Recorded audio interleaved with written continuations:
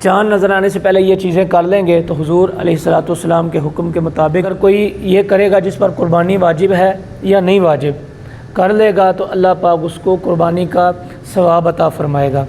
اس کا حکم یہ ہے کہ چاند نظر آنے سے پہلے یہ کر لیں اور پھر جب قربانی کر لیں تو پھر یہ عمل کریں۔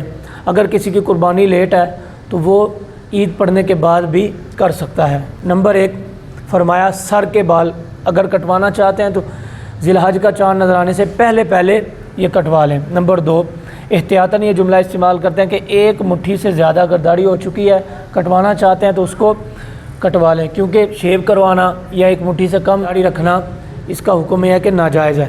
اور مونچھیں کٹوانی ہے تو یہ بھی کٹوا لیں۔ حضور کا فرمان ہے مونچھوں کو خوب پس کرو اور داڑھی کو معافی دو، یعنی ایک مٹھی تک اس کو معافی دو، ایک مٹھی سے زیادہ ہو تو کٹوانی چاہیے۔